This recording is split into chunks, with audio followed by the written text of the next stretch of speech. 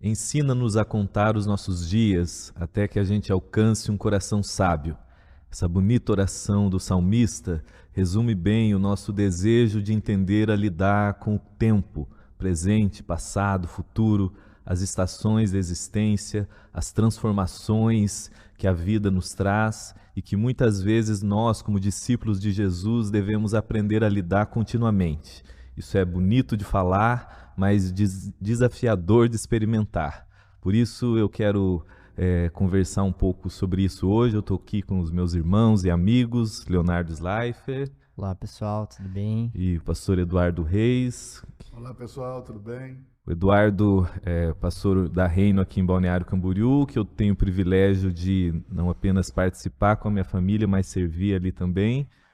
E eu queria começar conversando com vocês, especialmente com você, Eduardo, quando a gente fala de você discernir o tempo, os ciclos, as mudanças, se você puder contar um pouquinho para a gente, como que você discerniu na sua caminhada cristã, o seu chamado pastoral e as transições que foram acontecendo no processo, se você puder contar um pouquinho para a gente. Ok. Desde criança eu estou inserido de alguma maneira na vida da igreja e por causa de familiares, né? Eu tive um tio que me educou por um tempo e esse tio me educou na igreja, Família evangélica, então. parte dela, Ah, tá. porque a minha mãe era da Umbanda, minha mãe era católica que frequentava a Umbanda, Aham. kardecismo também, então Sincretismo todo ali. o sincretismo todo. E esse meu tio, irmão dela, como ela foi mãe solteira, por alguns momentos, algumas fases da minha infância ali, ela precisou me deixar com ele para trabalhar. Não tinha como pagar babá, essas coisas, então ela me deixava com ele e ele acabou me educando grande parte ali da minha infância, eu acho que é a fase mais importante da infância ali, Uhum. e ele me conduziu à igreja. Então a igreja faz parte da minha vida e eu faço parte da vida da igreja desde muito cedo. Uhum. Mas acredito que desde muito jovenzinho, esse desejo por ensinar as escrituras nasceu por inspiração dos pastores que eram pastores da igreja que meu tio me levou. Eram pastores norte-americanos, muito voltados para o ensino, muito voltados, tanto que a igreja hoje tem uma universidade. Ah, Então, ou seja, eles legal. sempre foram voltados para isso. Eu acho que isso me inspirou, Uhum. isso gerou em mim esse desejo de também ensinar. Uhum. Eu me recordo que com 12 anos, eu acredito que eu fiz a minha primeira ministração. 12 anos. 12 anos eu lembro, Legal. eu lembro do texto, né? Que eu Ah. falei sobre aquele que quer vir após mim, né? Quando Jesus diz, aquele que quer vir após mim, tome a sua cruz e siga. Aham, aham, E isso é muito, hoje, aham. é muito importante para mim, porque naquele momento eu não tinha entendimento nenhum desse texto. Nós respeitávamos. Só a sinceridade ali de querer falar, né? Aham. Mas hoje, né? Depois de ter sido crucificado em várias cruzes que eu mesmo gerei, É. entender que Deus tem uma cruz para nós, que é Uhum. a sua vontade feita em nós, Uhum. né? Uhum. É incrível hoje poder saber que eu ministrei esse texto lá com 12 anos para os jovens já. Eu era adolescente, mas ministrei para os jovens. Aham. Mas tive uma experiência no Chile, acho que com 21 ou 22 anos, Uhum. onde tive uma visão numa reunião de oração das irmãs, né? Numa igreja pentecostal. Eu estava no Chile nesse momento, e com uma palavra de Deus de não deixar o Chile naquele momento. Estava aprendendo muitas coisas. Uhum. E eu visitei essa oração, essa reunião de oração das irmãs, do círculo de oração, e acabei tendo uma visão, enquanto a irmã dela, líder do círculo de oração, orava por mim. E não só eu tive essa visão, elas também tiveram a mesma visão. Uhum. E nesse momento, nessa visão, sabe, houve uma manifestação do Senhor, e nessa manifestação do Senhor, o Senhor realmente me ordenou ao ministério, me chamou e me direcionou para que tipo de ministério eu deveria viver. Uhum. Ok? Uhum. Quando ele falou lá, ele falou do que eu estou vivendo agora. Olha só. Com 21 anos. Você tá 21 com ou quanto 22, agora? estou com 45. Ó, sem problema de revelar a idade. O pessoal que titubei ele. Não tem problema 24 nenhum. anos depois, você está vendo muita coisa, Não, eu estou vendo agora as coisas se o organizando. início do cumprimento de tudo aquilo. Olha só. Porque de lá para cá, o que foi a palavra que eu recebi naquele momento? Tudo na minha vida seria um preparo. Começou com uma visão, eu não sei se dá para contar essa visão, é uma coisa um pouco extensa, mas começou com uma visão. Eu tive uma visão, aquelas mulheres também tiveram essa mesma visão. Uma delas foi tomada no espírito, começou a falar em português, mas na verdade ela estava falando em línguas. Uhum. Mas houve uma interpretação. E aí houve uma interpretação Uhum. em português e eu ouvia ela falando em português. Uhum. Era muito claro, né? E ela nunca tinha falado português na vida dela, então chilena em Santiago do Chile. E naquele momento eu senti literalmente e vi em realidade, porque ali que eu entendi que o que nos transforma é ver, Uhum. Uhum. não é ouvir, né? Não é se encher do conhecimento, mas é ver o Filho, ver a Cristo. Uhum. E ali eu vi os pés. Imaginava eu naquele momento ser os pés do Senhor. Uhum. Mais tarde eu fui entender que eram os pés de um anjo, mas o Senhor estava ali. Uhum. E o Senhor falou comigo, né? Só que antes do Senhor falar comigo, em espírito ali, eu desmaiei, eu vi o meu corpo cair pelo chão. Eu permaneci em pé, eu estava com vestes brancas, Uhum. não tinha bolsa, era como se fosse um linho, mas também não era, porque ele era meio fluorescente. Uhum.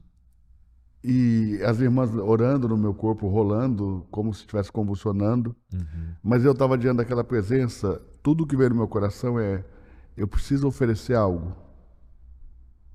Uhum. Só que eu descobri que eu não tinha nada para oferecer. A minha vida passou na minha frente como um flash, assim. Pum. Uhum. Uhum. E eu disse, Senhor, eu não tenho nada para te oferecer. Aí ele falou, Eduardo, hoje eu vim ao seu encontro e faço nova todas as coisas. Então o que eu entendi? Que quando eu disse que eu não tinha nada para oferecer, aí começou uma obra. Isso. Uhum. Você não tem nada para oferecer? Não, então tá. Agora É assim que a graça Parece que- manifesta. mas parece que era isso que o Senhor queria ouvir, entende? Aham, aham. E então comecei a dizer, olha, faço nova todas as coisas na sua vida, eu vou te dar uma família. Quer dizer, eu nem sonhava em casar. Eu dizia que eu não ia casar, Ah, porque eu queria viver fazendo a obra. aham, Celibato aham, total. Então eu achava que casamento era perda de tempo, atraso de vida, aham. entendeu? Só que eu tinha 22, né? Uhum. Tava ali apaixonado Aham. pelas missões e queria ir pelo mundo todo, Aham, aquela coisa. aham. E então ele falou, vou te dar uma família. Ele falou tudo que era contrário à minha alma naquele momento, você acredita? Olha só.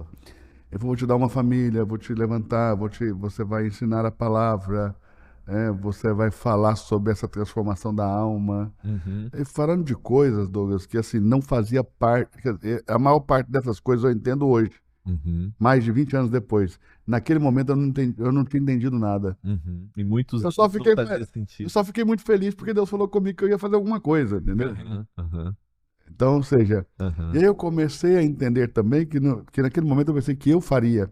Uhum. E hoje eu entendo que não era eu que iria fazer, mas ele ia fazer através de mim. Aham, amém. E agora, depois de mais de 20 anos, que eu entendo que o Senhor está realmente buscando Uhum. esse fazer através de mim, Uhum. por meio da crucificação do velho homem, Uhum. por meio de Cristo, né? Uhum. Se comunicando com esse novo homem por uma expressão no corpo que é oferecida em sacrifício, Uhum. entende? Uhum. Mas encarar a realidade de que você tem Adão e Cristo habitando dentro de você É. e que você precisa de fato crucificar esse velho homem para você não viver esse lado bom da vida da alma, ou seja, Uhum. porque aqui o pecado, né? Uhum. Essa natureza Uhum. que tem vontades, desejos e que se comunica com o velho homem e expressa tudo aquilo que ele é por meio do corpo, que é escravo antes da cruz de Cristo, né? Um corpo escravo. Isso é mal. Uhum. Esse é o mal. Uhum. Essa é a própria expressão do mal. Sim. Mas quando eu recebo a Cristo e ainda Cristo no meu espírito, na comunicação com o novo homem, mesmo Cristo comunicando a esse novo homem, se o velho homem não está crucificado, eu corro um grande risco de esse velho homem expressar por meio do corpo tudo o que ele tem de bom. Mas você poder compreender que o mais elevado nível de Adão ainda é reprovado por Deus. E aí, quando você toma por referência o mal, você vivendo na carne, o lado bom da vida da alma, você acaba entendendo o seguinte: eu estou bom porque eu não sou mal. Eu não sou bandido, né? Entende? Então, como eu não sou mal, tá bom. Mas o ponto de referência é muito ruim, né? Porque eu estou pegando o que há de pior, ou seja, o pecado, como referência, e você começa a entender, então, que o melhor que você pode expressar nessa velha natureza ainda é reprovável. Você pega aí João Batista, que não nasceu de novo, né? O maior nascido de mulher, o maior nascido da carne, o maior nascido de mulher, ainda é menor do que o menor no reino, ou seja, que alguém que nasceu do Espírito, o menor nascido no Espírito é melhor do que o máximo que Adão pode dar, porque eu vejo João Batista como uma representação máxima da velha natureza, ou seja, é o melhor que a velha natureza pode entregar um João Batista, e é reprovado. Ou seja, Deus não busca nada além de Cristo em nós, né? Isso, e essa nova humanidade, né? Tá falando de outra qualidade de ser humano que sai daquele túmulo na Páscoa, né? O primeiro de um novo mundo, né? O último Adão ali. Mas é bacana que você começou falando que aquilo que você ouviu há 20 anos atrás, Mais de 20 anos. mais 20 anos atrás, mais de 2 décadas, muitas coisas começaram a fazer sentido e se organizar mais agora, né? E isso vem muito... E ainda está muito no início. muito ao encontro a proposta do que eu queria conversar com vocês, porque muita coisa aconteceu de lá para cá, e o seu ministério foi acontecendo, pregação, pastoreio, viagem. Eu acabei indo para itinerância. Não foi uma escolha. O que aconteceu? O meu pastor Batista era cônsul também, ele era cônsul honorário, e o embaixador do país que ele era cônsul veio ao Brasil, e ele estava pregando em Uberlândia, por coincidência, a cidade onde eu cresci, e que eu já não voltava há 11 anos, um pouco mais disso. E ele acabou ele pregava sexta, sábado, domingo, ele acabou tendo que sair na sexta mesmo, depois da pregação, para o Rio de Janeiro. E ele me ligou e falou assim: olha, quero que você venha ministrar aqui, né? E se você tiver esse chamado mesmo, se esse ministério for de Deus para sua vida, daqui em diante você não vai mais ficar sem pregar. E aí ele comprou a passagem de avião para mim, foi a primeira vez que eu saí de avião para pregar, porque eu pregava ali em Belo Horizonte, nos bairros de coletivo, de a pé, e fui e ministrei naquela igreja. O pastor ligou para ele, perguntou se eu podia ficar segunda e terça. Eu acabei ficando segunda e terça. Na terça o pastor ligou de novo, estendeu isso até o próximo final de semana, e eu acabei passando 2 finais de semana lá. Quando eu fui embora, o pastor me deu uma oferta que eu nunca tinha recebido na minha vida, era mais dinheiro do que eu já tinha recebido de qualquer outro tipo de trabalho. E acabei tendo essa visão do ministério, infelizmente, de trabalho. Olha só. Que eu vou lá e faço e recebo, certo? E acabei construindo toda uma estrutura com base nisso. Sim. E tenho certeza que essas coisas nasceram do meu coração e não do coração do Senhor. Hoje eu tenho essa certeza. Sim. Naquele momento eu estava entendendo que Deus estava fazendo coisas, né? Sim, a sinceridade estava presente, mas ainda com muita coisa distorcida de entendimento. Total sinceridade, eu era sincero, boas intenções, entende? Mas não era o Senhor, aquele, sabe? Tudo que é nascido da carne é carne. Porque eu vejo, hoje ali no Instagram, né, de algumas perguntas que as pessoas me mandaram, uma pessoa perguntou sobre se eu já tinha tido crise de fé, né? Eu me converti com 18, estou com 38, E eu parei e falei, não, crise de fé sobre a existência de Deus, sobre a revelação de Jesus, eu nunca tive. Mas eu lembro que no seminário, como eu fiz 2 seminários muito distintos, de visões teológicas muito diferentes, ali eu tive, porque eu falei, cara, como que eu vou organizar aquilo que numa aula eu aprendo uma coisa e agora eu estou aprendendo outra coisa, porque você vai ver, eu estudei com muita gente em 2 seminários, mais de 300 pessoas, somando os dois, e você vai ver que daquelas pessoas, e você já deve ter tido essa experiência, de se ouvir coisas do passado, escritos teus do passado, e você vai falar, meu Deus, olha o que eu pensava, olha o que eu falava, eu pensei isso um dia. olha o que eu ensinei ali, olha o que eu falei ali, e não foi na maldade, não era o desejo de manipular, era a sinceridade e a luz de consciência que eu tinha, né? E isso é tão importante, né? Porque você às vezes cai o nosso hoje, no nosso mundo da alta performance e no nosso desejo orgulhoso de dominar tudo, às vezes a gente sofre e acaba não fazendo nada porque a gente quer esperar, tá tudo resolvido, tudo organizado e não sai do lugar, né? Eu aprendi, Douglas, que ministério era uma busca por resultados. É. Infelizmente. Uma lógica de mercado, né? Ninguém falava em produzir frutos. Uhum. E você começa a olhar o evangelho no Brasil, não o evangelho, perdão.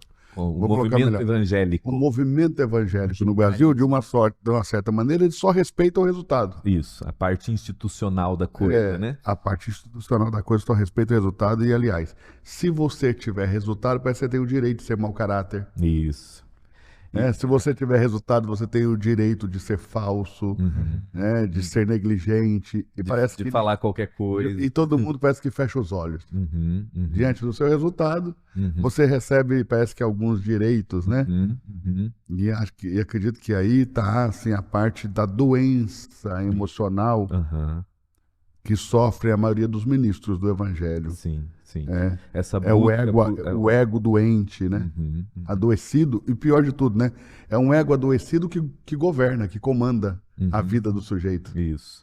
E que eu gosto de uma expressão de Paulo aos Coríntios, né? Porque quando a gente tem uma referência de maturidade espiritual, emocional, existencial, a gente pensa talvez em dons se manifestando, em cura se manifestando, e Paulo se dirige aos Coríntios falando, olha, todos os dons estão se manifestando, mas vocês são carnais, imaturos, infantilizados ainda, porque vocês são guiados por inveja, por separações. Então, o grande fruto ali, que é Cristo formado em nós e o Espírito formando o nosso caráter, não existia. E é uma referência que a gente não tem quando a gente vai falar de resultado, né? O homem carnal, ele chega num ponto em que ele anula literalmente o poder da graça divina pela ideia doentia de automerecimento, de capacidade. Quer dizer, eu sou capaz. É tipo, Deus me apresenta os 10 mandamentos, eu olho para aquilo e falo, vou fazer. Né? Cristo vem e diz, olha, disseram os antigos, você não vai adulterar. Eu estou dizendo que se você olhar para uma mulher com a intenção de depois já adulterou com ela, e eu olho para uma fala dessa, e ao invés de dizer, eu sou incapaz, eu digo, não, tá bom, vou cumprir. Só eu entender a regra certa aqui que eu vou dar conta. Né? E isso é uma doença. Entendeu? É uma enfermidade. É uma enfermidade quer dizer, se o homem natural, ele é um homem enfermo, né? Enfermo é a causa do pecado. Isso. A questão é quando eu deixo esse homem enfermo governar. Então, nessa minha vida, Douglas, eu passei por várias transições, mas eu fui alvo da graça de Deus, porque eu não entendia nada. Nada. Sabe assim?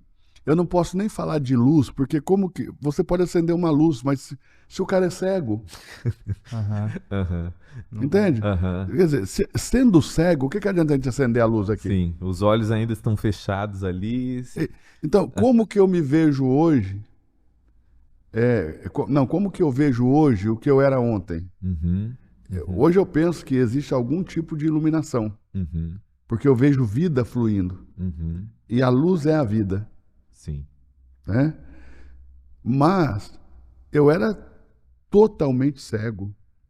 Então, por mais luz que tivesse, não adianta você acender uma luz para um cego. Uhum. Quer dizer, todo o corpo está em trevas, Uhum.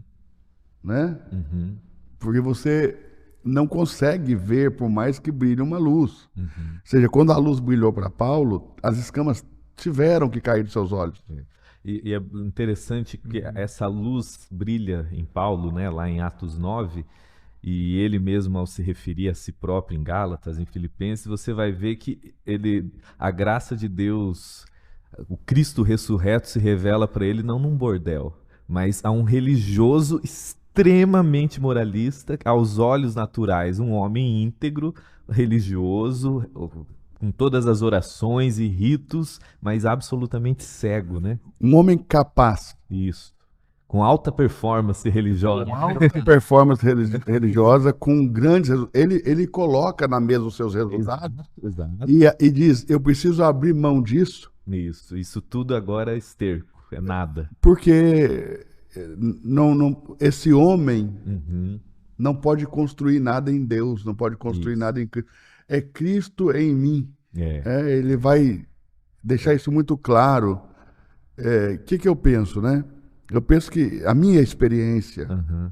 foi de muitas transições nesses 20 anos. Uhum. Acredito que todas essas transições Uhum.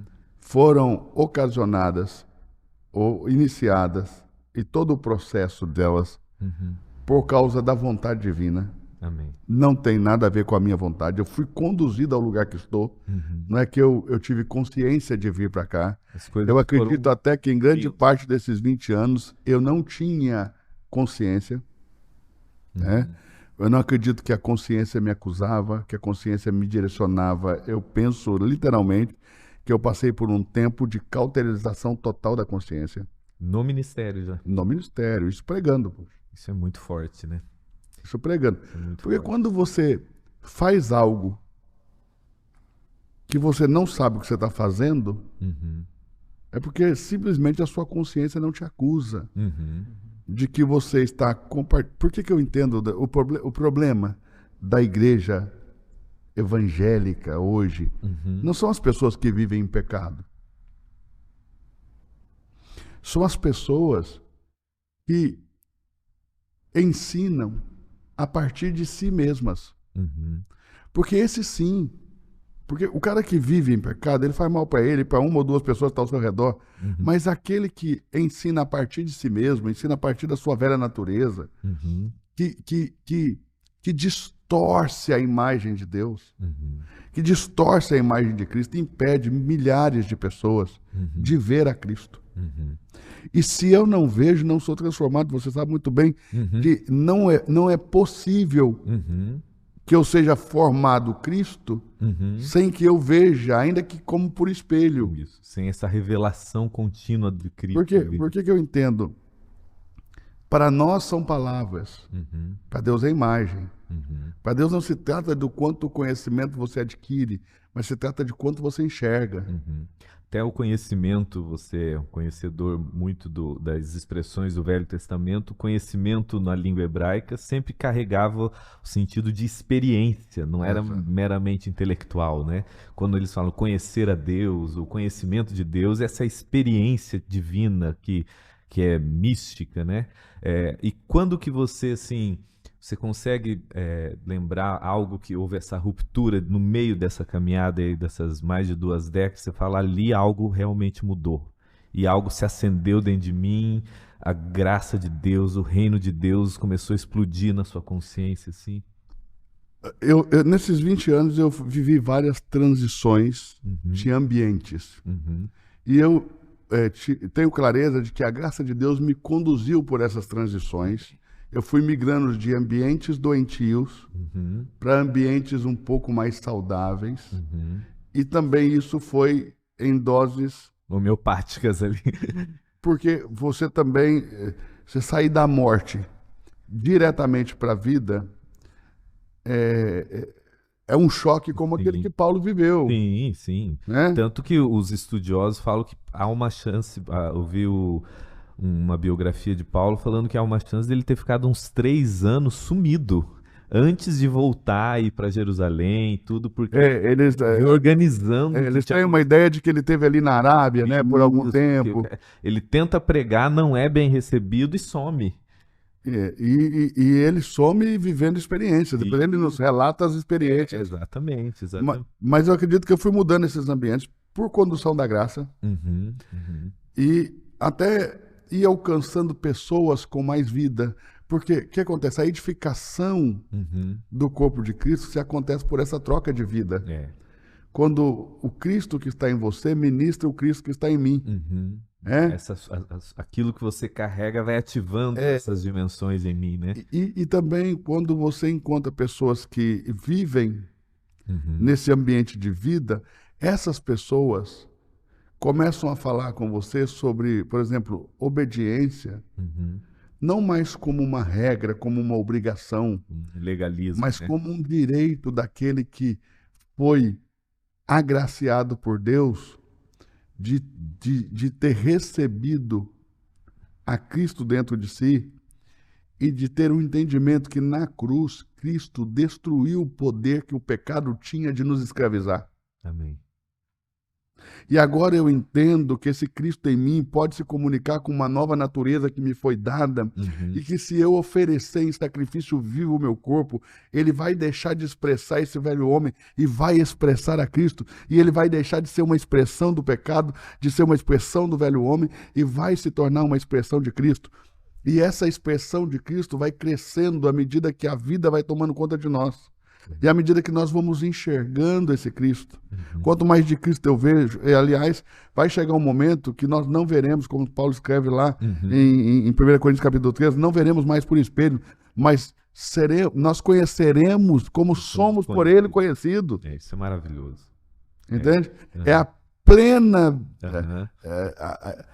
Ou seja, Cristo é o verbo, ele é a palavra. Uhum. E esse mesmo Cristo é a imagem de Deus. Uhum. Veja, então, para nós palavras, para Deus imagem. Uhum. Uhum. Então, trata-se de enxergar mais do que de ouvir. Uhum. Então, eu fui ensinado a ouvir e decorar bem Uhum. o que não via. Sim.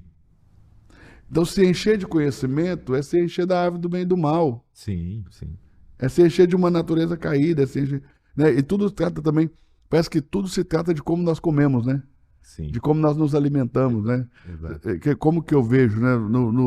Na primeira criação, a velha criação, Deus cria todas as coisas e, por fim, cria o homem. Que alguns dizem ser a coroa da criação, outros dizem ser o centro da velha criação. Nessa obra Ex-Hemeron, né? Essa obra dos 6 dias, Deus cria todas as coisas, por último o homem. Nessa nova criação, Deus primeiro cria um novo homem, e a partir do novo homem, Deus restaura todas as coisas. Uhum. Ou seja, ela é literalmente uma criação contrária, diferente. É um outro tipo de reino, de tudo. Entende?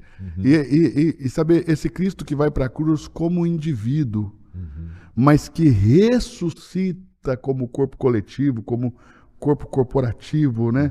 Como esse corpo formado por milhões e milhões e milhões, incontáveis números de pessoas que formam um corpo, porque cada uma dessas pessoas carrega uma porção de Cristo. Amém.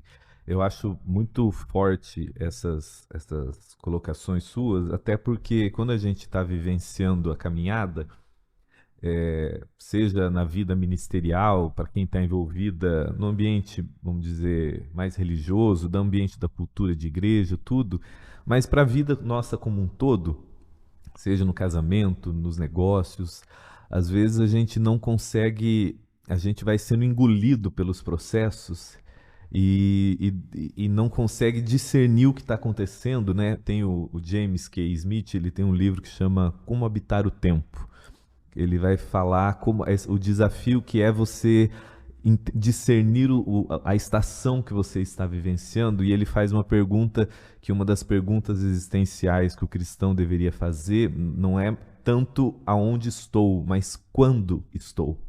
Eu acho muito forte porque ele está colocando de que momento, que realidade eterna está se comunicando com o presente, com a minha realidade tempo, espaço, matéria, com essa realidade espiritual que eu sou, né?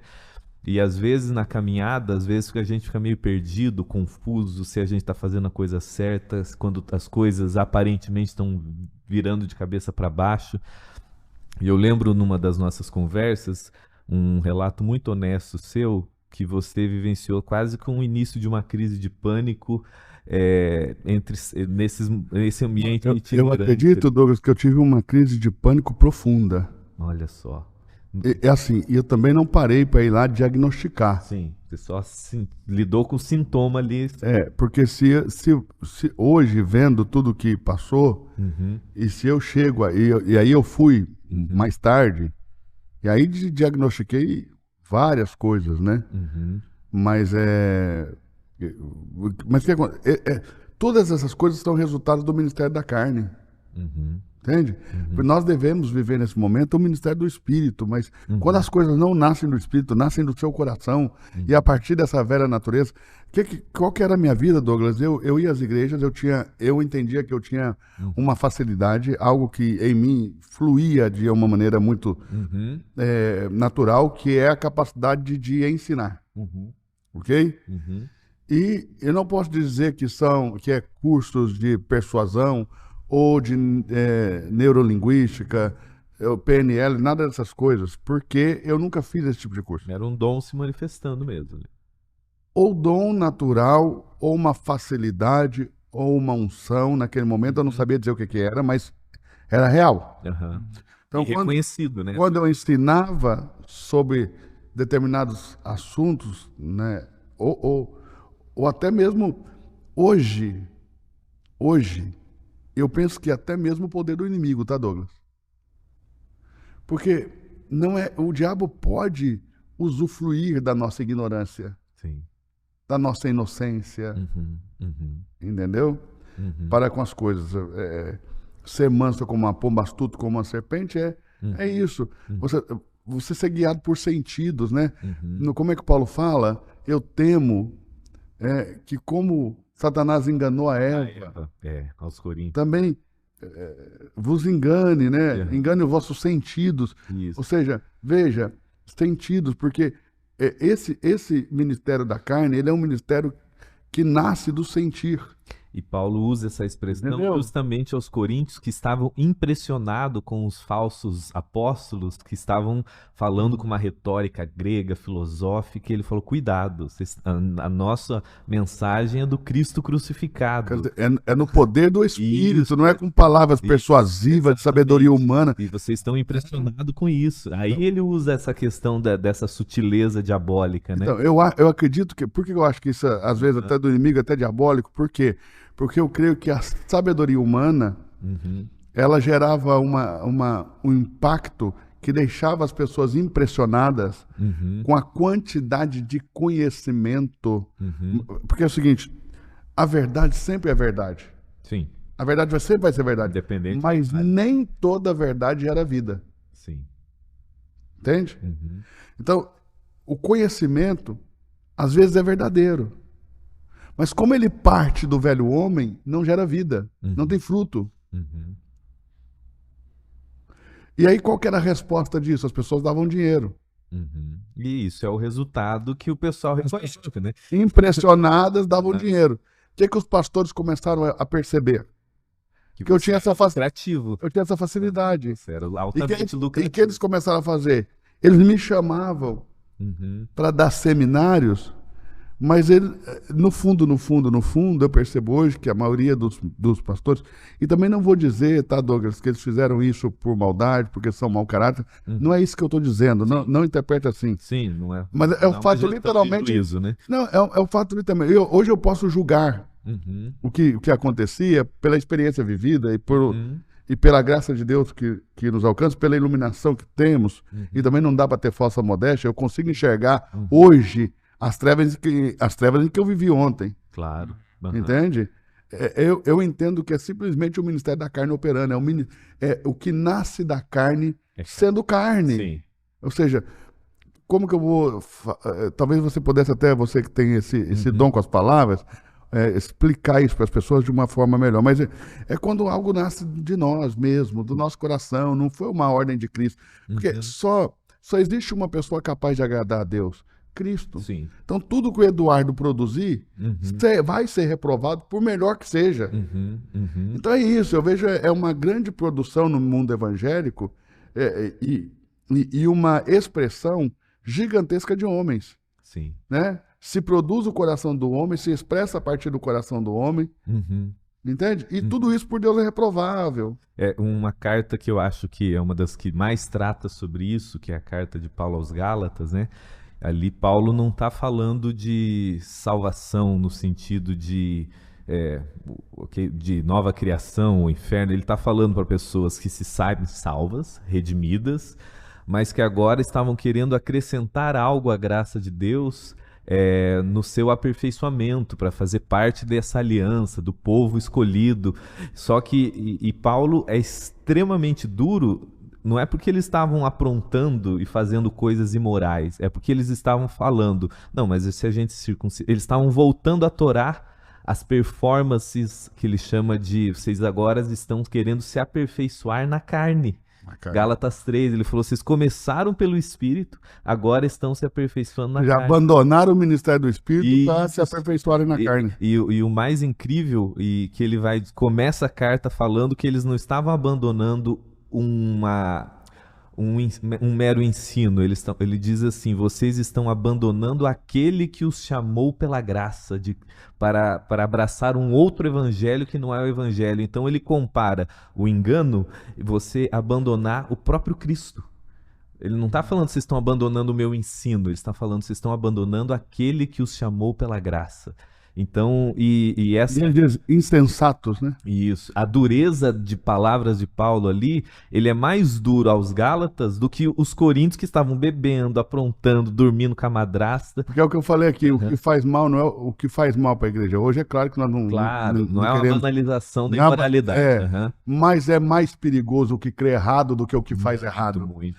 Porque a maneira que eu creio determina como eu vou viver. Muito. Como eu vou expressar, como eu vou... Jesus vai falar e Paulo vai repetir, cuidado com aquilo que vocês estão ouvindo, cuidado com o tipo de aquilo que está sendo comunicado com vocês, né? Então, eu penso que é isso, eu cheguei no auge do engano. Mas olha só, eu poderia acrescentar algo, talvez, porque você diz assim que você não lembra de algo na sua consciência, né? Mas quando, até como olhando de uma forma da psicologia humana, de que o Evangelho ratifica isso, como você era um homem já escolhido pela graça de Deus e a graça de Deus conduziu nisso tudo, é o ponto. Chegou mesmo no seu engano, em qualquer coisa que a gente possa experimentar, porque é a sua história, mas que envolve, todos nós temos os nossos conflitos, chega uma hora que a sua consciência, mesmo confusa, ali, a presença de Deus ali, chega uma hora que algo gritou tão forte dentro de você que você panicou. E graças a Deus por isso, né? Mas, aí eu penso, o Cristo em nós. Chamando... É o Cristo em nós, sarando essa consciência, lavando o registro dos pecados, né? Porque o Senhor trata com o pecado no nosso corpo, nos dando um novo corpo. E destruindo totalmente o corpo do pecado, que é o que vai acontecer. Então, a transformação final, né? O sangue de Jesus lava os nossos pecados, cobre os nossos pecados diante de Deus. Perdão, não lava, cobre os nossos pecados diante de Deus. Mas esse Cristo em nós, ele lava, ele limpa, ele purifica o registro do pecado da nossa consciência. Porque esse pecado deliberado que fere a consciência, fere tanto a consciência, a ponto de cauterizá-la, a ponto de torná-la insensível. Entende? E eu penso que esse lavar, essa limpeza, essa purificação do registro do pecado é que me dá esse Cristo produzindo isso, é que dava esse lapso de consciência em que você olhava no meio daquilo tudo e nada fazia sentido porque você não via Cristo em nada. E aí é que vem as mudanças de mesas, as transições que você não entende, porque que pessoas começam a não... Porque como que o Senhor fez para... porque Babel estava produzindo resultado, Douglas. Oh. Deus teve, entre aspas, Deus teve que intervir ali. Entende? Babel era 0 fruto Uhum. e muito resultado. Muita boa performance. A intervenção de Deus foi como? Confundindo as línguas. Sim. Então chega um momento em que você vive essas transições pela graça de Deus, porque você já não se comunica mais com a mesa que você estava antes. Uhum. Você já não os compreende, eles não te compreendem, e aí vem essas transições de mesas, essas transições de ambientes. E às vezes é muito doloroso isso, né? Para mim, todos foram muito dolorosos. Porque você faz amigos mesmo na carne, né? Claro. Tua alma fica acostumada com Tua alma fica... né? E você... Você se torna dependente, emocional. Muito. Porque a gente, por mais que a gente não tenha coragem muitas vezes de admitir, a gente gosta daquela validação. Exato. Eu acho que é isso, né, Douglas? É o gostar da validação, né? A alma gosta de ser validada. O que a gente só, às vezes, as pessoas possam, né? Essas mensagenzinhas ruins de autoajuda, de eu não preciso, a gente precisa. A questão é da onde que a gente vai tirar isso. A gente precisa de pessoas que caminhem conosco, como você falou muito bem, e que estejam ali com um instrumento da graça de Deus, reafirmando o que está correto, corrigindo o que está errado. Mas você sair, é mais fácil quando Jesus vai falar, eu acho que de uma forma muito forte, por amor àqueles fariseus que prostitutas... meretrizes precedem aqueles homens no reino de Deus, é justamente porque aquelas mulheres, aqueles pessoal cobradores de impostos, por mais caotizado que a vida deles eram, eles admitiam aquilo. Agora, quando você está na alta performance religiosa, você admitir que aquilo tudo é nada? Exato. Porque você abrir mão de coisas ruins é fácil. Mas o que o Espírito requer nessa transformação, nesse crucificar do velho homem, desse morrer para mim mesmo, não é que eu abra mão de coisas ruins, é que eu abra mão de coisas boas, de coisas que estão dando certo, de coisas que dão dinheiro, de coisas que mudaram a minha vida, porque eu era uma pessoa simples, sem recursos financeiros, sem uma vida confortável, e agora não. Com tudo aquilo que eu achei que eu estava vivendo em Cristo, eu tenho conforto, eu tenho recursos, eu tenho carros, eu tenho viagens, eu tenho amigos, reconhecimento, eu tenho network gigantesco, eu tenho reconhecimento das pessoas, o reconhecimento mesmo, de você chegar, as pessoas ficarem de pé para te receber, é uma coisa assim, né, que extrapola toda capacidade de entendimento humano.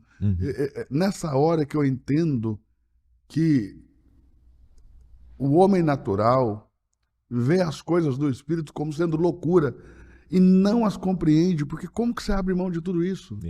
Exato. Exatamente. E essa confusão de linguagem, ela vai acontecendo em ciclos, e aí as pessoas dizem, ele já não é mais o mesmo. Quer dizer, você já não comunga mais da carne, e não interesa, né? Mas você já não comunga mais daquele ponto em que o Senhor te mostrou, que a sua consciência te acusou. Eu me recordo, Douglas, que eu falei assim um dia, né? Falei para minha esposa, olha, eu vou pregar nas igrejas, mas eu não... Priscila acompanhou todo esse processo junto com você. Então, a Priscila, ela é para mim o ponto importantíssimo disso, porque nela estava a vida de Deus muito mais do que em mim. Ainda que eu achava que ela era um impedimento. Ela estava atrapalhando ali. Eu entendi.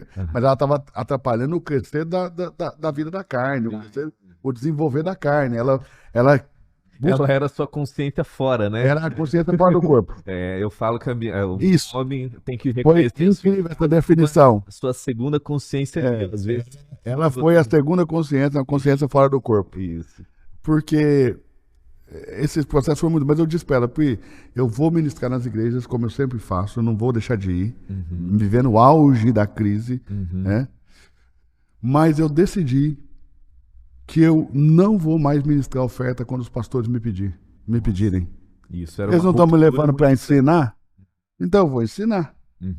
E quando eles falarem, ministra oferta, eu vou ministrar. Sim, Para mim, o que eu disse para ela sempre? Para mim, o sinal de Deus que não é para eu ministrar uma oferta nessa comunidade é que o pastor vai me pedir para fazer isso. Foi assim que Cristo trabalhou na minha consciência. E eu chegava, Douglas, era batata. Eu ministrava o primeiro dia, o cara na hora de jantar já falava, você ministra a oferta para nós, tal. Eu dizia, pastor, eu vou ministrar se Deus me der essa direção. Mas você já sabia que...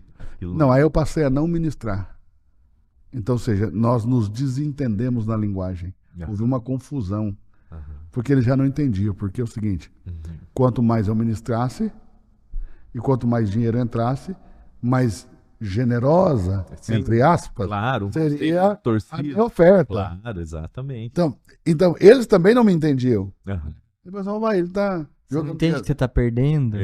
Tipo... Até porque é uma referência, a gente conversou a semana passada, retrasada, não lembro, sobre o reino, a gente conversou um pouco sobre o reino de Deus, o reinar, os termos de Paulo ali, o como que, se eu não entendo que quando as palavras de Jesus, né, que aquilo que é elevado entre os homens é abominação diante de Deus, e o texto diz assim, e os fariseus que amavam o dinheiro zombaram de Jesus. Eu acho uma frase muito forte, porque eles estavam, é como se ao ouvir isso, eu ia falar, mas que fracassado. O que é isso? Tipo, porque a lógica de sucesso, de prosperidade desse mundo é uma lógica corrompida. Só que essa lógica era justamente dos homens de Deus, que estavam interpretando tudo errado, né? Mas eu acho muito interessante essa compreensão. Pode falar, desculpe. Não, pode continuar. Porque até para você continuar desenrolando essa história toda, porque acho que um dos grandes desafios para quando um ciclo acaba da nossa vida, inicia outro, quando mudanças profundas acontecem em nós e a gente se percebe genuinamente entrando em tempos novos, de entendimentos novos da vida, de Deus, de tudo, aquelas pessoas que conviviam com você querem se relacionar com aquela antiga pessoa, que já não existe mais. E aí é onde há um conflito muito grande, porque elas querem conversar com o Eduardo que elas conheceram há 15 anos atrás, naquela conferência que elas ficaram impressionadas, e daí é um grande conflito. Né? E às vezes menos, né, Douglas? Porque de uma semana para outra, você já não comunica mais com ele. Cara, eu não penso mais assim, né? Não, porque é o seguinte, eu busquei a obediência a Deus como um direito. Eu busquei o direito de obedecer aquilo que Cristo falava por meio da minha consciência. A obediência para mim, nesse momento, não era mais uma obrigação, um peso, uma regra, uma lei, ok? Mas um direito de quem entendeu que Cristo, como indivíduo, crucificou junto com ele naquela cruz toda a velha criação, e que esse velho homem que habita em mim, que está no meu corpo, essa velha natureza que está no meu corpo, que produz desejos e vontades e comunica com esse velho homem, e que esse velho homem tem que estar crucificado com Cristo. E é meu direito isso.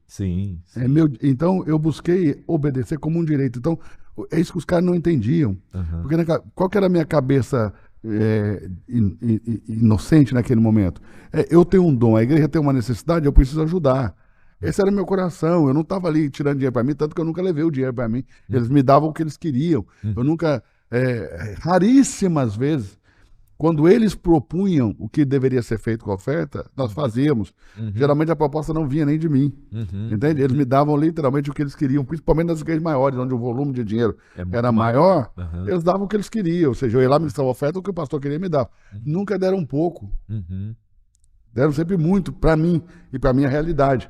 Pouco diante do que arrecadavam, mas muito diante da realidade que eu vivia. Então sempre foi muito além do que eu precisava, ou merecia, sei lá, como eu vou dizer, mas a possibilidade de perder isso fez com que eles se tornassem ou colocassem na mesa propostas mais generosas, propostas de ganhos maiores, entendeu? E aí você, é isso, sabe, você não está abrindo mão de uma coisa que te faz mal, você tem que abrir mão de algo que aparentemente, entendeu? O homem natural, eu mesmo não compreendi como fazer isso. Chegou um ponto, Douglas, que eu fazendo eventos, vivendo essas transições, nesses eventos buscando alguém que pudesse falar. Eu lembro quando eu trouxe o apóstolo Gustavo Lara, eu saí, pessoas assim lá em São Paulo, para falar na escola. Ninguém entendia, o pessoal não gostava, Sim. porque eram Uma outra linguagem, né? é totalmente diferente, né? Ou seja, chegaram homens cheios da vida de Cristo para falar para um monte de homem carnal. Uhum. Uhum. Numa comunicação, poxa. Quer dizer, o que é muito o homem carnal, quando houve alguém. que nunca tinha ouvido o evangelho, né? Então, mas para o homem carnal, mas são evangélicos, mas carnais. Imaturo. Para o homem carnal, quando ele ouve a partir da vida de Deus, a partir de Cristo, quando ele ouve, é entediante, é cansativo, é desgastante, incompreensível. Literalmente, o homem natural não pode compreender as coisas do Espírito porque lhe parecem loucura. Então, o que eu mais ouvia dos pastores quando eu trazia essas pessoas, principalmente o apóstolo Gustavo Lara, quando eles ouviam o apóstolo Gustavo Lara, eles falavam assim, é impraticável.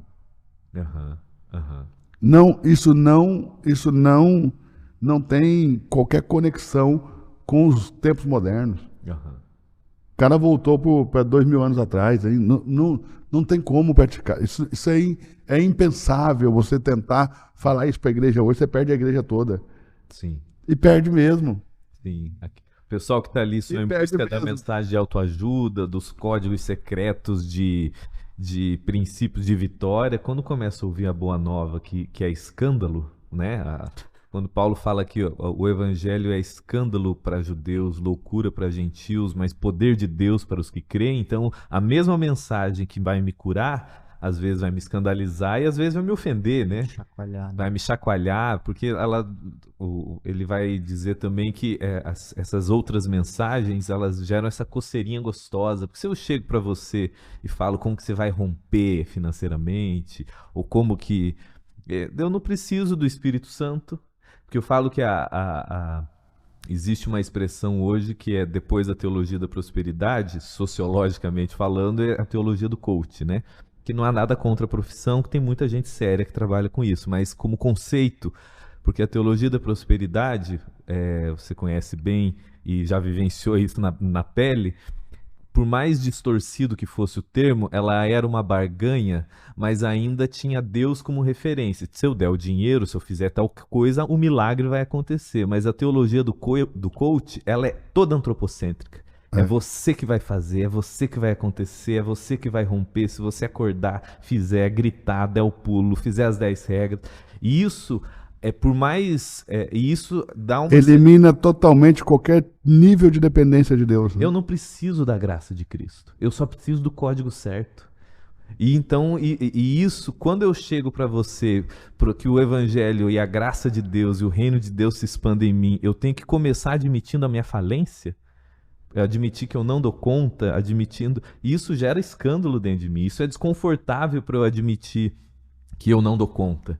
Que Paulo vai dizer aos Coríntios, né? Eu trabalho mais que todos que vocês, mas não eu, mas a graça de Deus em mim. Então, você nunca vai ver uma vanglória, uma auto-vanglorização dele, porque ele sempre olha, se está acontecendo é a graça de Deus.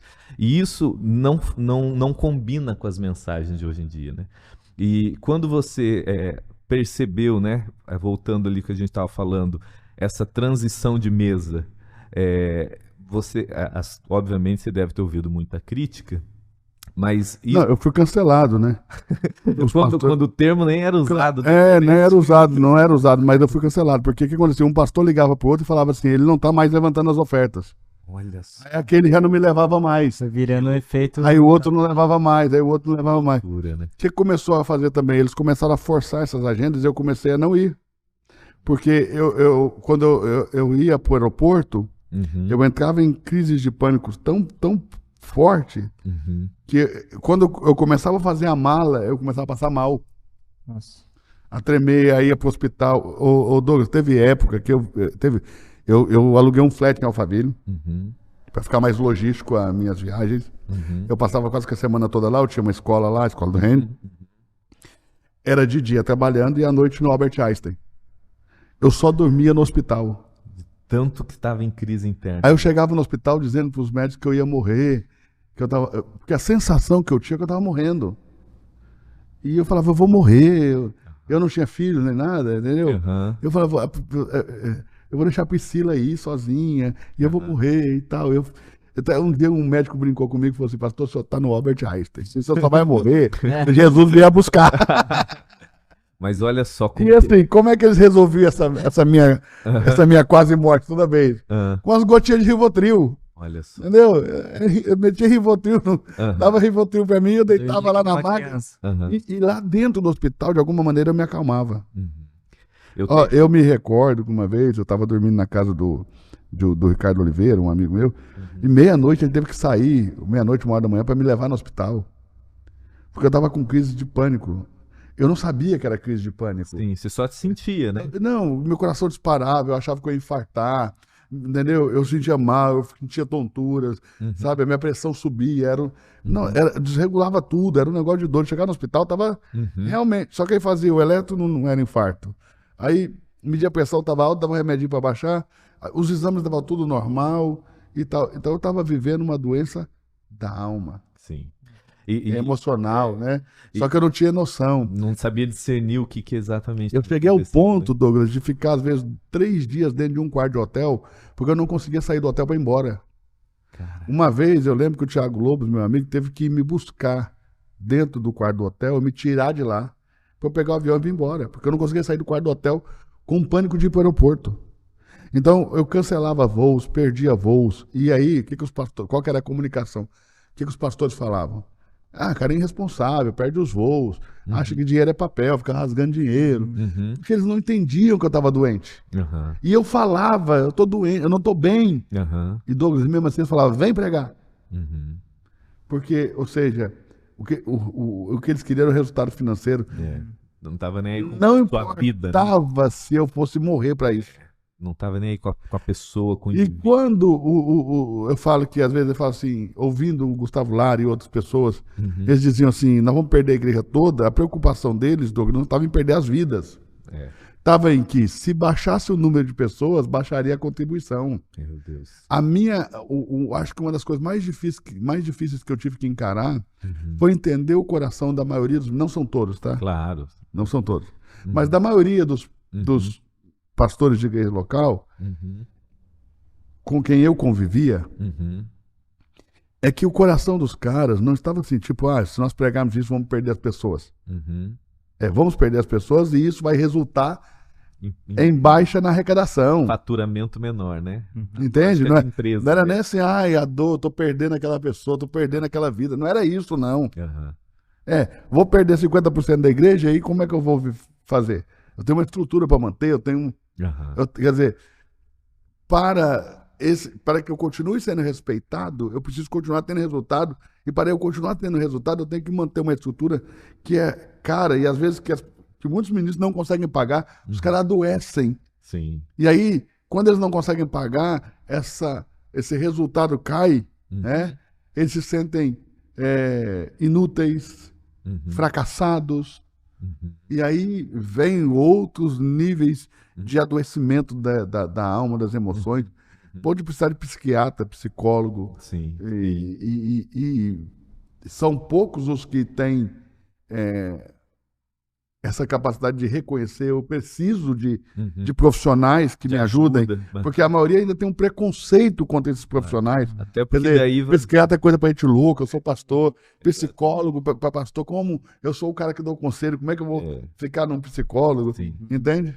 Eu acho que nesse processo, e me corrija se não for assim que você percebe, nesse processo de recomeçar, nessa nova fase que às vezes a gente entra na vida, nesse novo tempo, estação, consciência que se abre, você tem o desafio de você perder amigos, de perder lugares, algumas mesas, que eu acho que é muito doloroso, mas também de você administrar esse novo que você também desconhece, né?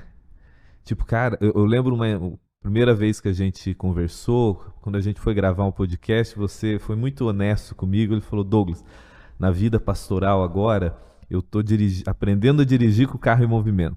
E eu achei muito, muito bacana e honesto forma radical da sua honestidade, porque é difícil você. Isso é o andar pela fé mesmo. Tipo, cara, eu não sei, mas eu continuo. Eu acho que tão doloroso quanto essas mesas que a gente perde é você falar, e o que vem agora? Que passo que eu vou dar? E será que eu entendi certo? Vai continuar esse processo de desconstrução dentro de mim? Não sei se agora, com a sua experiência com a própria Reino, se isso faz sentido. Eu continuo crescendo em vida, Uhum, mas aprendendo tudo. uhum, Sabe como que eu me sinto? Como uma criança recém-nascida. uhum, Porque faz em 5 anos, né? Você vê, Saulo caiu com o rosto em terra. uhum. Né? E a partir dali, nasce um novo homem. Sim. Eu entendo que eu precisei ir ao fundo do poço. Uhum, Ou seja, e ao negativo, aham, abaixo da terra. uhum, Entende? E lá do fundo do poço foi que a graça de Deus me resgatou, me levantou, uhum, me regenera. uhum, Né? Então, porque se eu não descesse lá no fundo, uhum, eu jamais abandonaria, né? uhum. Precisou Quer dizer, desse choque teve que aparentemente tudo dar errado para eu abrir mão. nas lógicas de mercado, É. deu tudo errado. Na lógica do reino de Deus, deu tudo certo. Aparentemente, porque não estava nada dando errado, era só a vida de Cristo Aham, resistindo uhum, a essa vida da carne. uhum, Entende? Essa é o militar do espírito com a carne, né? O uhum, espírito realmente começou a militar uhum, e começou a lançar fora uhum, o poder uhum, de alimentar a carne, entendeu? Eu penso que tudo começa assim, né? uhum. Por comendo errado e se cura comendo certo, Isso.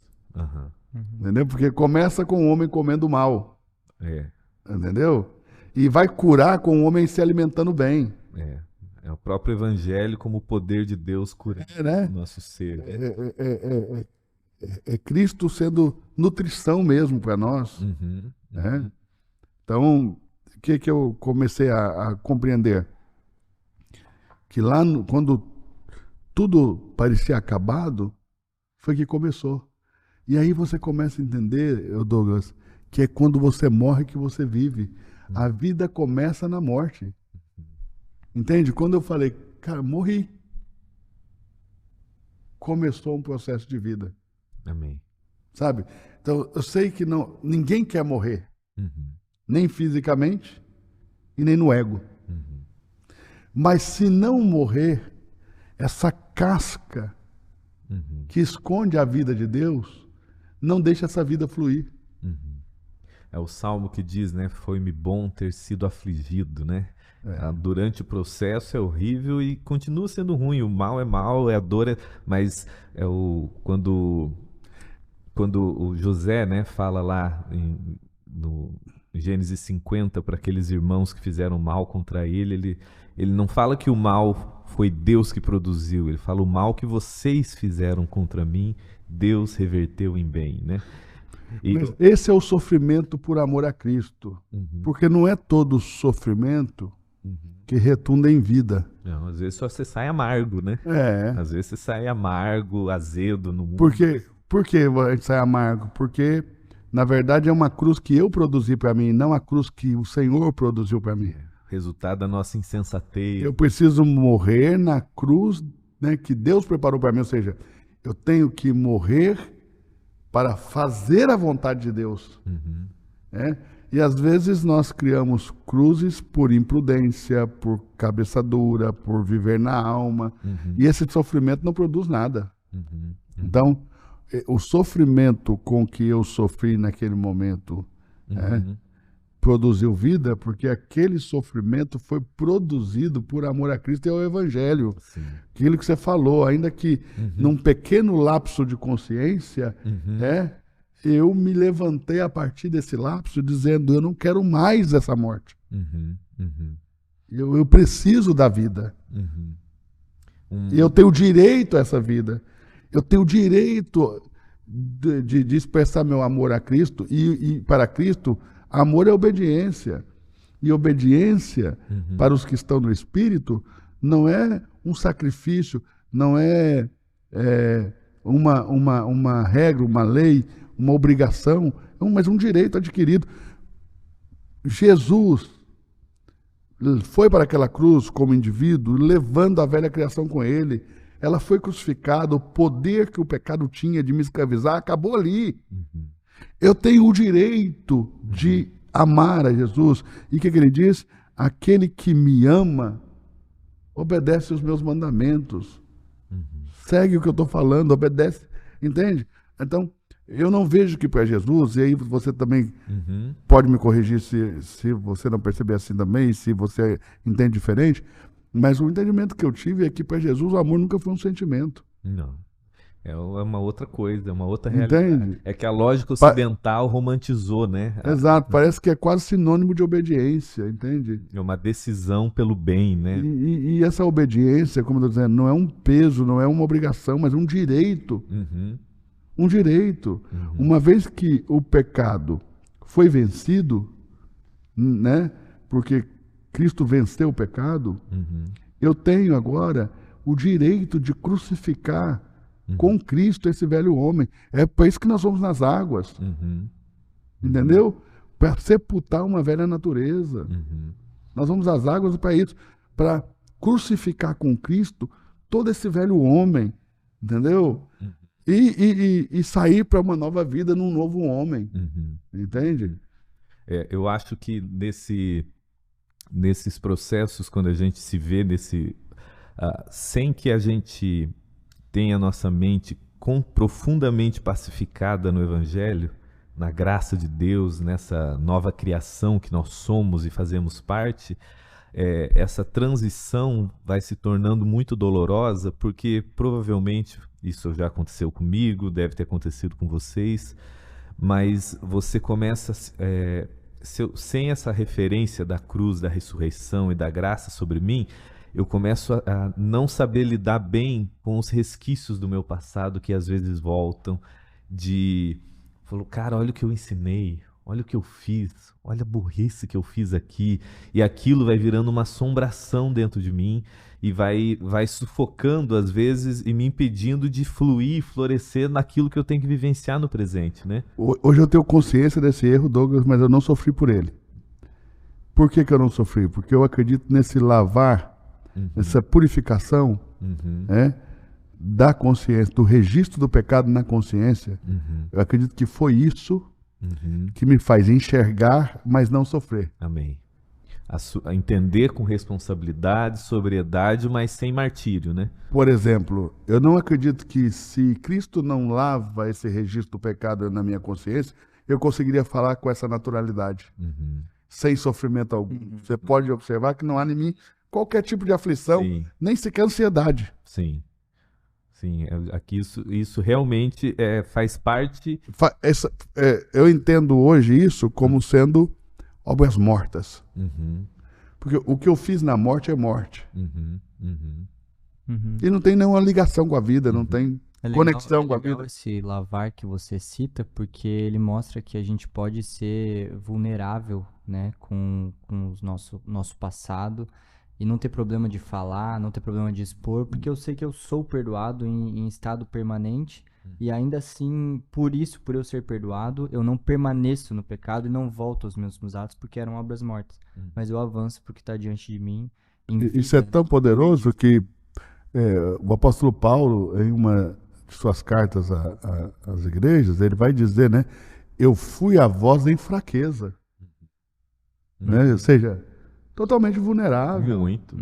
Eu fui a voz em fraqueza, eu não fui em palavras persuasivas, sabedoria humana, porque ele poderia, porque espiritual. Você imagina, se é para falar de filosofia, ele conseguia. Vamos falar sobre a lei romana, ele conseguia. Gênio. Vamos falar sobre a lei judaica, ele conseguia. Vamos falar sobre as tradições dos judeus. Não havia assunto que Paulo não dominasse, como quem dá aula. Não é como quem aprende, como quem dá aula. E eles né? Mas ele fala nas fraquezas, na honestidade. Fraqueza, né? Eu fui a voz em fraqueza, totalmente vulnerável, Porque eu entendo Não escondendo, desculpe te interromper, não escondendo, inclusive, os desesperos que ele fala, que desanimou da própria vida, tinha espinho na carne, estava cansado, nada disso ficou escondido, né? Não tinha um triunfalismo na fala dele, né? Então, isso do cansaço, tá, Douglas? Eu penso que foi uma das coisas mais incríveis, assim, que eu vivi, foi a renovação. Eu não tinha, naquele momento, eu tô falando de 4, 5 anos atrás, eu não tinha mais energia, eu não tinha energia para mais nada. Eu passei um ano totalmente improdutivo, quer na carne, quer no espírito. Não produzia nada. Porque você chega num momento que você já não produz mais nada na morte, mas também não consegue produzir na vida. Então você se sente literalmente, sabe? Inútil. Inútil. Incapaz de produzir qualquer coisa. Até que a vida vai te restabelecendo. E aí depois é muito importante também, quando você sai para essa vida, depois de um ano aí, escondido, eu fiquei praticamente escondido, mas ainda culminou também com algum tempo de pandemia.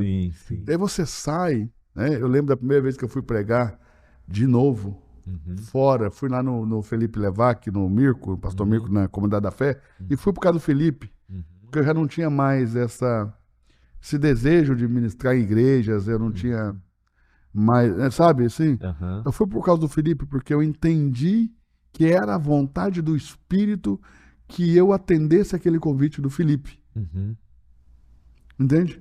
E eu fui lá e ministrei num evento até que chamava 24 horas de oração, estava acontecendo na igreja deles, mas não era deles. Era um evento do Kaiser, o Kaiser estava fazendo encontro pessoal lá.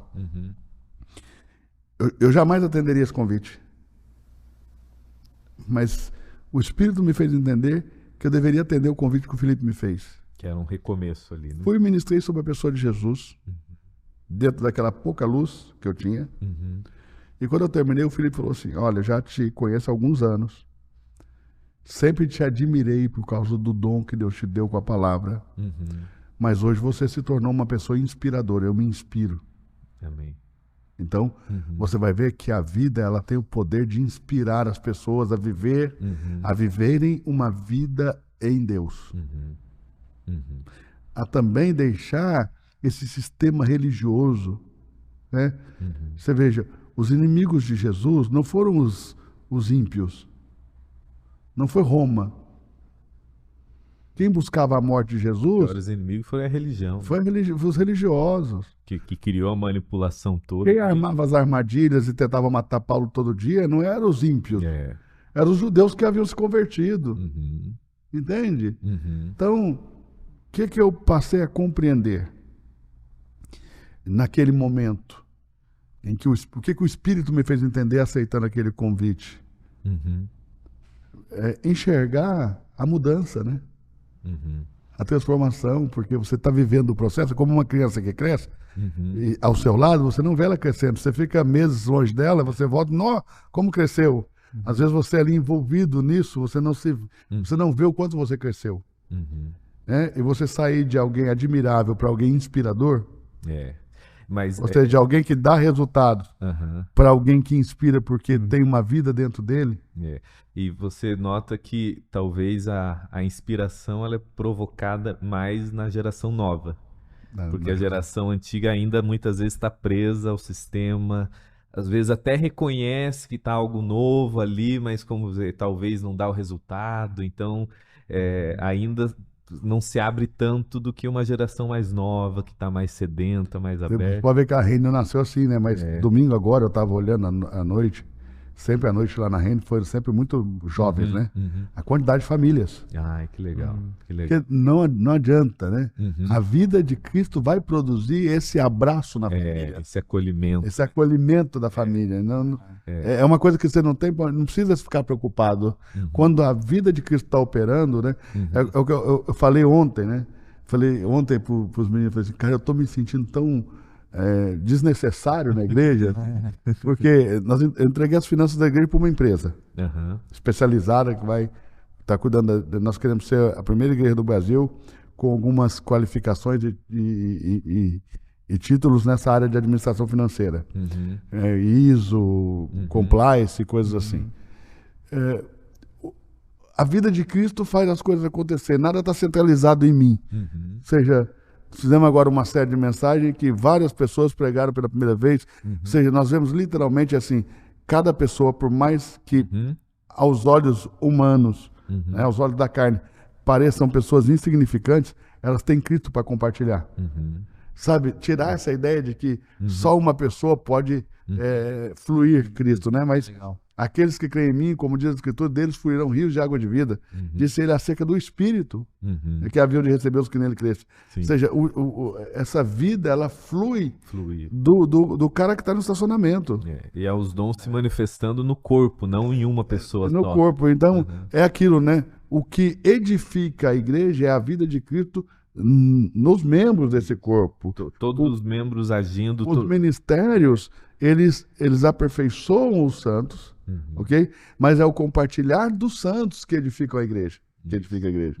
Então, eu tenho visto. Então, o pastor vai se sentindo, literalmente, desnecessário. E é desnecessário, porque tem coisas que eu não sei se é pertinente falar, mas quando você começa a ler o Novo Testamento com muita atenção, você não vê um pastor, um exemplo bíblico, neotestamentário, de um pastor sendo ordenado pela igreja e empossado em uma igreja. Não. Isso é coisa depois, muito tempo depois, né? Não tem essa estrutura. A forma institucional que a gente organiza hoje. Ou seja, você vê o presbitério, os presbíteros, quer dizer, são pessoas maduras na fé, mas não são pessoas perfeitas, né? Porque Paulo levantou presbítero com 60 dias de convertido. Entendeu? Mas era mais maduro que os outros. Timóteo pastoreava Éfeso com entre, sei lá, 20 anos, 21 anos. E recomenda essas pessoas a Cristo.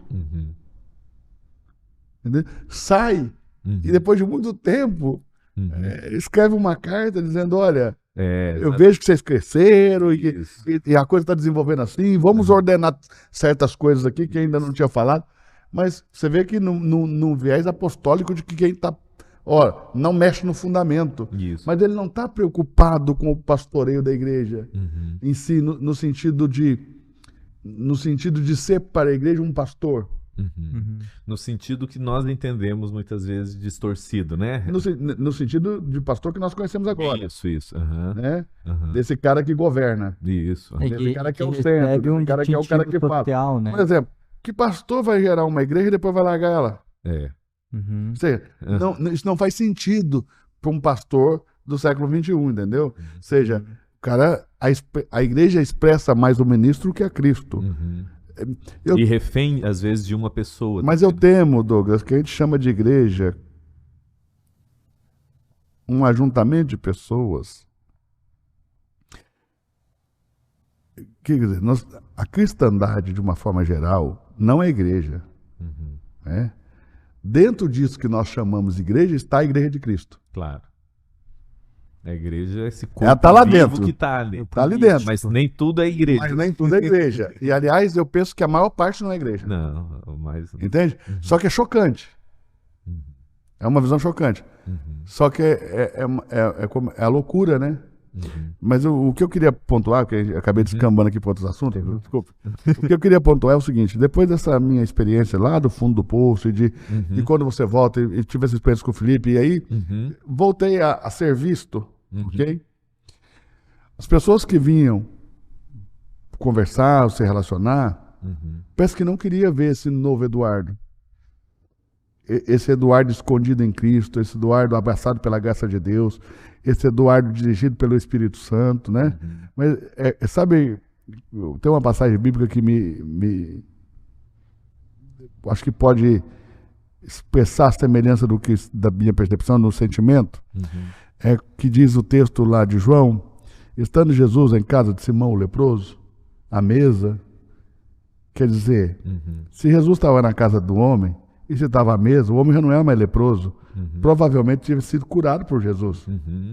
Mas as pessoas insistem em te ver como você era. O estigma, né? O estigma está presente ali. Exatamente. Porque você sabe, né? Segundo a cultura judaica, eles não poderiam entrar na casa de um leproso, não poderiam estar à mesa, o leproso não poderia estar ali. Perdão, mas eles estavam lá, Uhum. entende? Mas as pessoas insistiam em ver aquele homem como ele foi, não como ele é agora, depois de Cristo. Uhum. Que era, eu acho que um dos maiores desafios de Paulo, né? O cara perseguia, de repente está pregando, para muitos ainda é o antigo, né? É o perseguidor, com os discípulos. É interessante que se refere a Simão o Zelote, Mateus como coletor ali de impostos, porque aquela referência ainda está presente, por mais que a pessoa ainda não viva Acho que mais até, aquela. até o que Ananias pergunta pro anjo lá, né? Que rola uma conversa, mas esse é o Paulo que perseguia o pessoal e tal. E É. a galera rola um negócio antes. E você vê o próprio em Atos ali, quando o Espírito em visão, né, num anjo e tudo mais, leva Pedro para pregar em Atos 10 para os gentios, a fala de Deus naquela visão toda para Pedro, e o apóstolo Pedro, né, era: Pedro, não chame mais de imundo o que eu já purifiquei. É isso. É muito forte, né? Em Jope, né? Ele depois de Jope. Exatamente. Tipo, na mente dele, mesmo já como um ministro de Deus sincero, ele ainda via as pessoas ainda com categorias antigas. E Deus fala com ele: não chame mais de mundo o que eu já purifiquei. Né? Essa estigmatização. Uhum. E um outro detalhe, né? Quando as pessoas vêm até você, mas você está diferente, mas você não é. E aí você tem que realmente abrir mão de certos relacionamentos por amor do Evangelho, por amor de Cristo, para zelar da vida que já está em você, o pouco de vida que você carrega, entendeu? Tem um texto. Porque isso pode se perder, Douglas. Tem uma fala de Paulo que muitas vezes as pessoas veem com uma fala moralista de 1 Coríntios 15, que ele diz: não vos enganeis, as más conversações corrompem bons costumes. Não é uma fala moralista de cuidar do que você está falando, é cuidado, as suas relações podem corromper o que você carrega. Exatamente.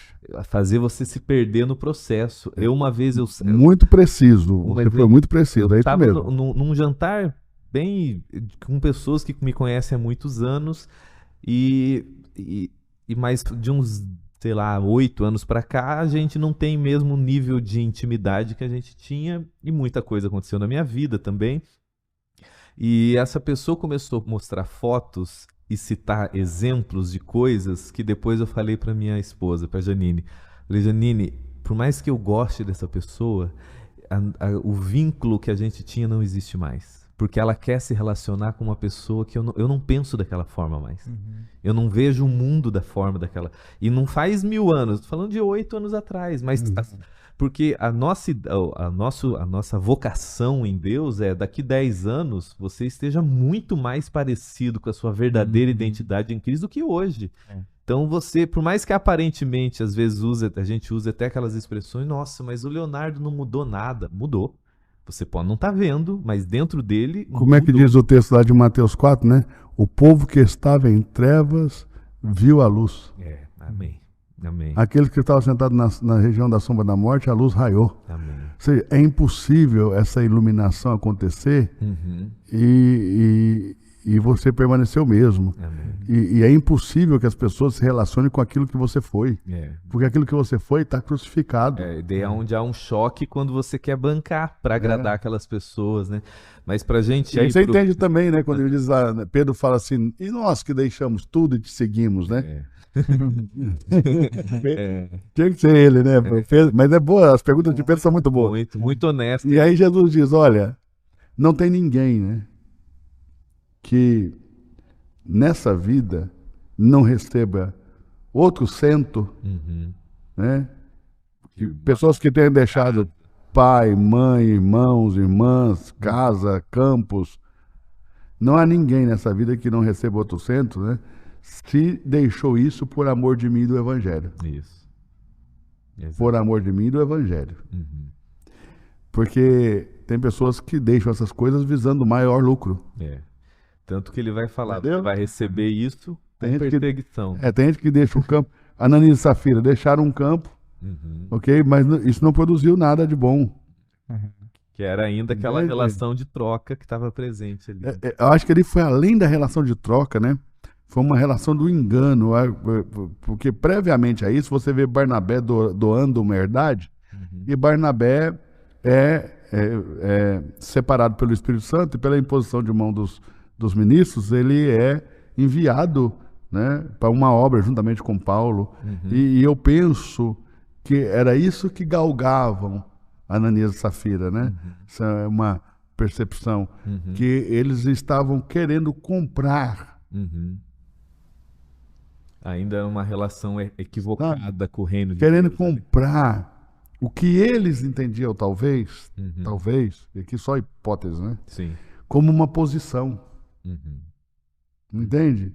E aquilo não era uma posição, porque você vê que ele foi separado pelo Espírito Santo, aquilo era uma relação mesmo, da Sim. vida com a vida, de Cristo com Cristo, entendeu? É isso aí. É Cristo nos ministros, vendo Cristo em Barnabé e Cristo, né, se propondo a fazer a vontade de Deus por meio de Barnabé. Ou seja, não tinha nada a ver com algo que você pode comprar e alcançar. De posição, de status. Porque eu penso que Ananias e Safira viu assim. Então, de alguma maneira, eles visavam ganhos.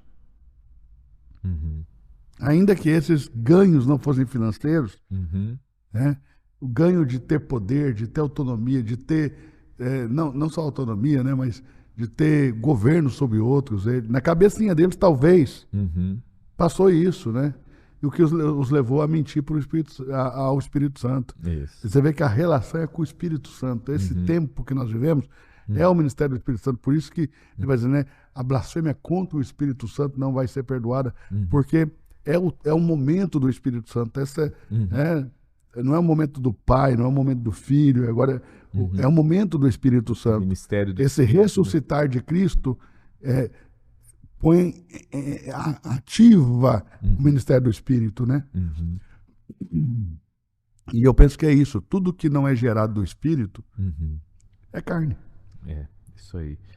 Para a gente ir para as nossas considerações finais, eu queria que o Leonardo, depois você, Eduardo, considerasse aí suas últimas palavras sobre essa questão de tempo, estações, crises, recomeços, algo para encorajar o coração das pessoas aí. Legal. Eu quero primeiro agradecer, né? Estar aqui sentado com vocês, sempre uma alegria, aprendo muito.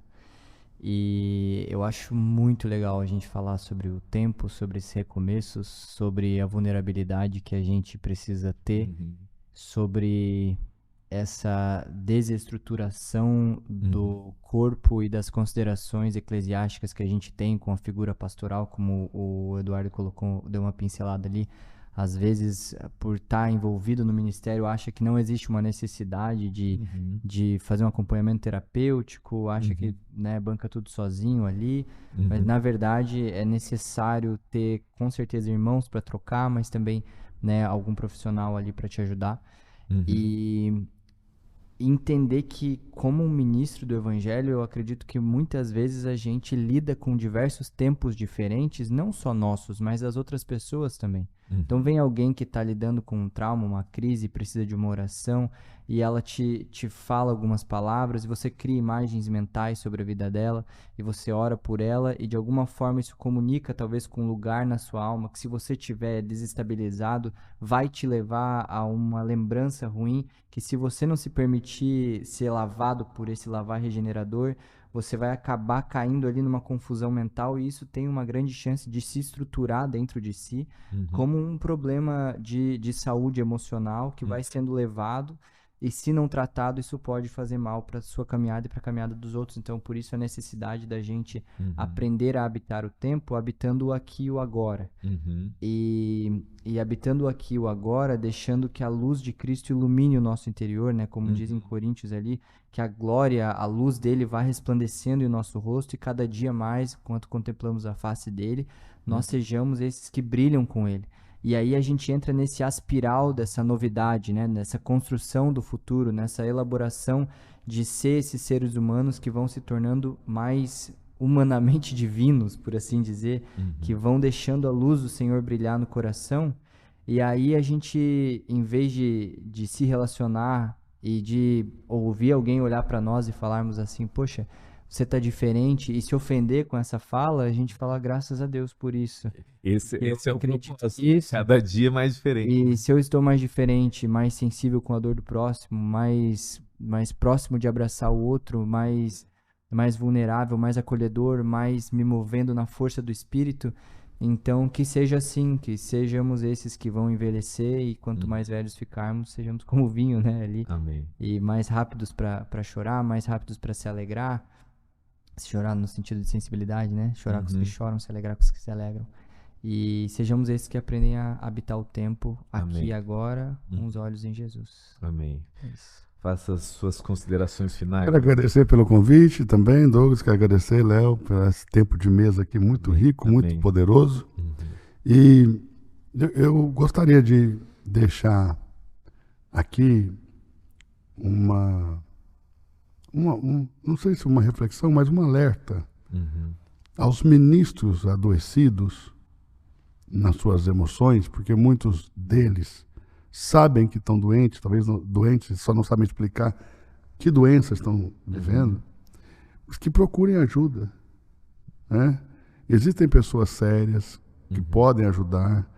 Eu, nas minhas muitas conversas com o Douglas, né, sempre que o Douglas falou para mim da ajuda que ele prestou a alguns ministros, né, e como o cuidado que você teve de nunca expor, eu não sei, até hoje eu não sei quais são esses ministros, de nunca expor essas pessoas, de guardar essas vidas, de tratar da causa ali da raiz doença, do da raiz do problema, e não do julgamento de pessoas, né? Porque muitos ministros às vezes não procuram ajuda, Douglas, porque eles sentem que vão ser julgados, Claro. entende? Mas eu quero deixar aqui para esses ministros que eles possam refletir nisso, na possibilidade de buscarem ajuda, Amém. né? Em oração, no Senhor, com outros ministros que também têm vida, mas também ajuda terapêutica, ajuda profissional, porque vai ajudar. Eu precisei, nesses meus processos, fazer vários atendimentos com terapeuta, né, com psicóloga, e encontrei uma pessoa incrível, sabe, que me ajuda muito, me ajudou muito e me ajuda muito. E claro, hoje por escolha dela mesmo, porque se pudesse eu ia todo dia, mas por escolha dela mesmo, hoje é menos frequente esses nossos encontros, mas como foi importante, Amém. né?